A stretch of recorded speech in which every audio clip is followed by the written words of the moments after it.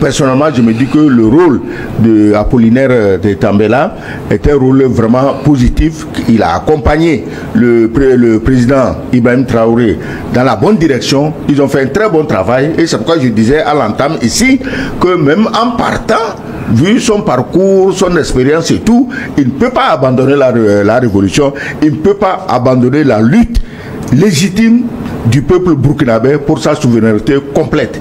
Donc,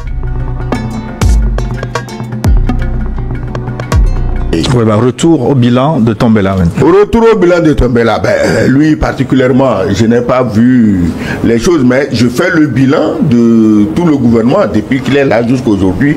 Et quand on voit les performances de Burkina dans tous les domaines, dans le domaine militaire, leur capacité, leur équipement et leur capacité de riposte face aux terroristes, quand on voit les réalisations qu'ils sont en train de faire sur le plan agricole, sur le plan industriel, j'espère que à Bamako, il y a déjà les boîtes de tomates fabriquées au Burkina. Il faut nous en amener 2 ou 3. Mais sur le plan industriel, sur le plan médical, ils construisent des hôpitaux. Quand tu vois ce bilan, c'est vrai, c'est le président, mais on ne peut pas négliger le rôle que joue le Premier ministre dans la réalisation de ce bilan. Donc personnellement, je me dis que le rôle de Apollinaire de Tambela est un rôle vraiment positif. Il a accompagné le président Ibrahim Traoré dans la bonne direction. Ils ont fait un très bon travail et c'est pourquoi je disais à l'entame ici que même en partant, vu son parcours, son expérience et tout, il ne peut pas abandonner la révolution, il ne peut pas abandonner la lutte légitime du peuple burkinabé pour sa souveraineté complète. Donc, bilan positif.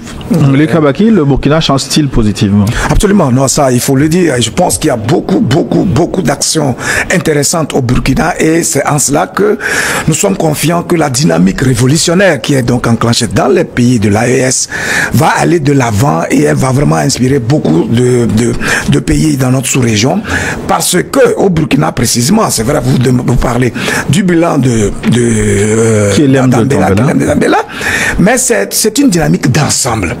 C'est une question d'écosystème politique concret.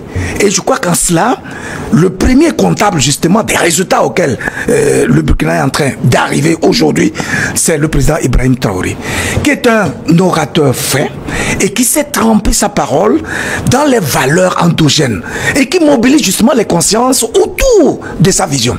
Et à partir de ce moment-là, le Premier ministre qui est chargé justement d'implémenter cette vision-là ne fait que coordonner l'action gouvernementale de sorte que tous les points définis puissent être véritablement matérialisés. Aujourd'hui, il y a une lutte farouche contre la corruption. Vous savez que le procès contre ceux qui ont détourné des milliards au ministère des Affaires sociales et de l'humanisme a commencé. Et il y a beaucoup d'autres choses qui sont enclenchées et qui permettent justement à la population burkinabé de comprendre que ces dirigeants sont là dans son intérêt. C'est ça l'important en vérité. C'est-à-dire que au-delà du génie qu'un dirigeant peut avoir, c'est sa capacité à mobiliser la masse, la conscience autour de ce qu'il veut pour l'ensemble de la masse. Une fois que le dirigeant parvient à convaincre la population qu'il est là pour lui et qu'il travaille, il fait en sorte à le mettre dans sa responsabilité et chaque citoyen comprend que chaque action qu'il mène contribue à créer l'écosystème idéal dans lequel l'ensemble de la population va évoluer, vous allez voir qu'il doit avoir une dynamique. Et je pense que ce pari-là est véritablement réussi par Ibrahim Traoré et son équipe gouvernementale. Et en cela, donc, Guillaume de Tambela est donc comptable donc, de ces résultats assez encourageants. Et nous ne pouvons que souhaiter une évolution progressive de cette dynamique-là parce qu'elle doit pouvoir enclencher le processus de développement effectif, aussi bien du Burkina Faso que des autres pays de l'AES qui sont dans cette dynamique révolutionnaire et qui font en sorte que toutes les ressources puissent profiter à l'ensemble des populations issues donc de cet espace-là. C'est un mode de gouvernance qui est vraiment inspirant et qui est intéressant et d'ailleurs c'est pour cela que nous sommes engagés à soutenir cela. Excellence Ogoyou Kegwe, vous avez évoqué les avancées en termes de défense, d'équipement militaire. de renforcement de l'effectif, c'est bien, mais est-ce que le Burkina, en tout cas les pays de l'AES, est-ce qu'ils n'ont pas intérêt à insister sur cet aspect? Parce qu'on voit ce qui est arrivé aujourd'hui à comment il s'appelle? Oui, Bachar al-Assad, chassé du pouvoir par les islamistes. Ça veut dire que, comme Ibrahim Traoré l'a dit, ils doivent se préparer pour une guerre de longue haleine, et renforcer les effectifs parce que l'ennemi peut revenir à tout moment.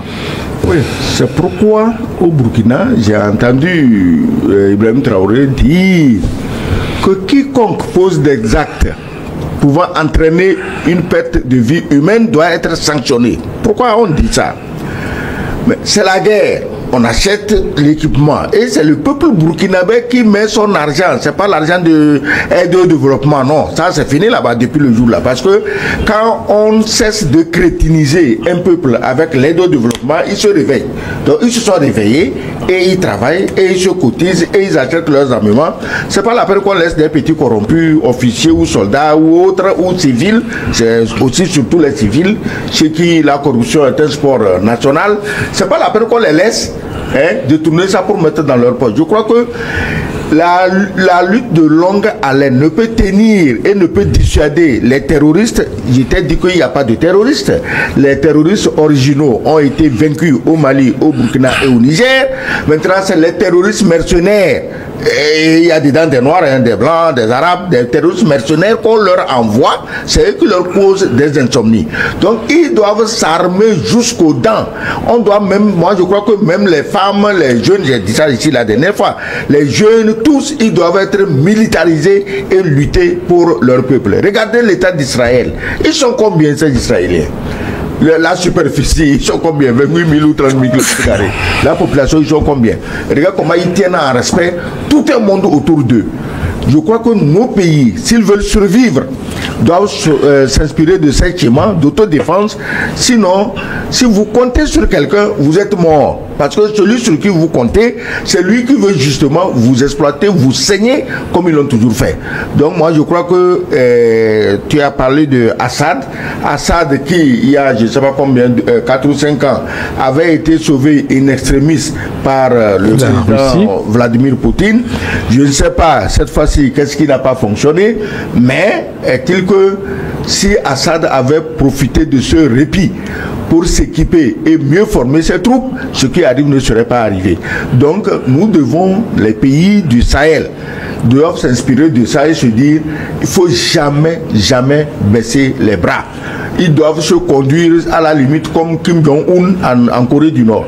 Toutes les forces sont concentrées sur l'armement, jusqu'à la bombe nucléaire, et tu te fais respecter. Les Kabaki, oui. Quelles leçons tirées de la chute de Bachar el-Assad au Sahel? Non, mais écoutez, je pense que c'est un principe général, hein, même pour nos vies individuelles. Le fait de commettre l'erreur de compter sur autrui, autrement que sur soi, est une erreur grossière. Et donc, par principe, si nous comprenons très bien que nous existons sur cette terre pour d'abord étudier notre environnement et faire en sorte à utiliser des outils dont nous disposons pour nous garantir notre vie, il suffit d'élargir cela au contexte de la nation, de nos comités, pour comprendre que le principe de base, c'est de voir le potentiel dont nous disposons d'abord. Et comment le valoriser, le capitaliser pour en faire un bouclier qui nous sécurise en bonne et due forme. C'est cette politique-là qui est en train d'être menée aujourd'hui au Sahel, et les dirigeants de l'AES ont bien compris qu'ils ne peuvent plus vivre par procuration, qu'ils ne peuvent plus compter sur ceux-là qui ont tendance à nous flatter, à nous dire « Ah ben oui, on va essayer de vous aider sur le plan de la sécurité, sur le plan de l'économie, etc. » Et donc nous dormons sur nos lauriers en pensant que oui, il suffit de serrer la main à un président de l'Occident et d'être dans ses bonnes grâces pour avoir la vie sauve. Mais écoutez, après plus de 60 ans d'indépendance, nous comprenons donc que c'est un schéma qui ne peut pas marcher. Au contraire, on nous spolie et on ne s'appartient véritablement pas. Et je reviens encore sur la dimension spirituelle de tout ceci, parce que l'ambassadeur parlait tout à l'heure du peuple d'Israël aujourd'hui. Mais pourquoi ce peuple-là a autant d'influence sur le monde? C'est parce qu'il a été convaincu qu'il est le peuple de Dieu. Et à partir de ce moment-là, il a la conviction, il se dit que Dieu étant extrêmement puissant à tout point de vue, chaque citoyen pensant qu'il est donc le fils de Dieu, etc., agit comme Dieu.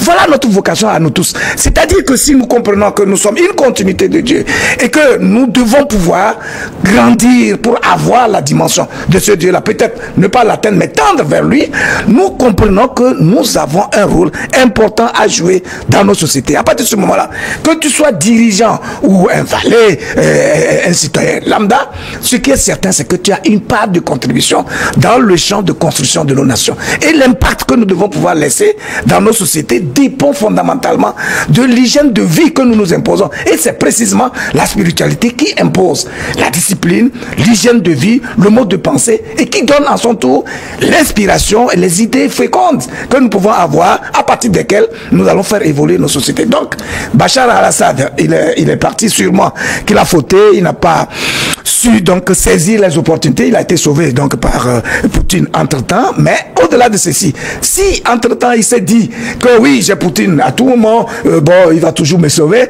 alors là, il a dormi sur ses lauriers, et voilà. Et à un moment donné, malheureusement, vous tombez comme ça parce que celui-là qui vous soutient a aussi ses préoccupations. Et à un moment donné, si vous devenez une charge, et selon les intérêts du moment, et puis j'ai lâché prise, et je pense que c'est la leçon qu'on doit tirer, qu'il ne faut véritablement pas mettre toute notre vie, notre foi, notre confiance en autrui, parce que l'énergie et la force que nous avons en nous dépassent même la bombe nucléaire, si nous travaillons pour la développer justement. Merci d'avoir suivi cette analyse sur Afrique en question. Partagez vos réflexions dans les commentaires, abonnez-vous à la chaîne et restez connectés pour d'autres débats sur les défis stratégiques de l'Afrique contemporaine.